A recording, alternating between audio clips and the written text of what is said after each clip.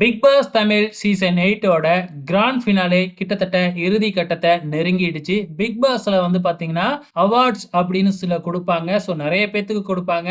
ஆனா இந்த சீசன்ல வந்து பாத்தீங்கன்னா கிட்டத்தட்ட ஒரு 6 பேருக்கு தாங்க அவார்ட் கொடுத்துருக்காங்க. ஸோ அதுலயும் பெஸ்டா இருக்கிற 6 பேருக்கு தாங்க கொடுத்துருக்காங்க. இதுல captain of the season award வந்து பாத்தீங்கன்னா யாருன்னு நல்லாவே தெரியும். தீபக் அவர்களுக்கு தான் கொடுத்துருக்காங்க. ஸோ இந்த பிக் பாஸ் வீட்டோட மெயின் கேப்டன் தீபக் அப்படிங்கிறது நமக்கு நல்லாவே தெரியும்.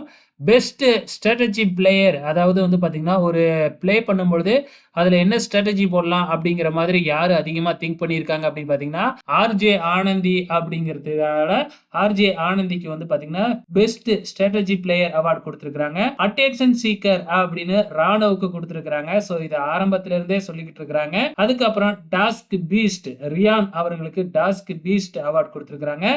கேம் சேஞ்சர் அவார்டை வந்து பாத்தீங்கன்னா மஞ்சரிக்கு கொடுத்திருக்காங்க. சூப்பர் ஸ்ட்ராங் அவார்டை வந்து பாத்தீங்கன்னா ஜாக்லினுக்கு கொடுத்திருக்காங்க. ஸோ இந்த அவார்டை தாங்க கடைசியா கொடுத்திருக்காங்க. ஸோ இந்த அவார்டை கொடுக்கும்பொழுது ஜாக்லின் நேம கூப்பிடுறதுக்கு முன்னாடியே ஜாக்லின் நீங்க இங்க வாங்க அப்படின்னு சொல்லிட்டு அதுக்கப்புறம் தான் வந்து பாத்தீங்கன்னா அந்த அவார்டோட நேமையே வந்து பாத்தீங்கன்னா படிச்சாங்க.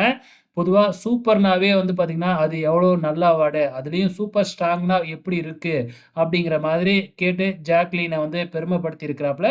ஓகே ஃப்ரெண்ட்ஸ், உங்களோட கமெண்ட்ஸை மறக்காம இந்த வீடியோ கீழே கமெண்ட் பண்ணுங்க.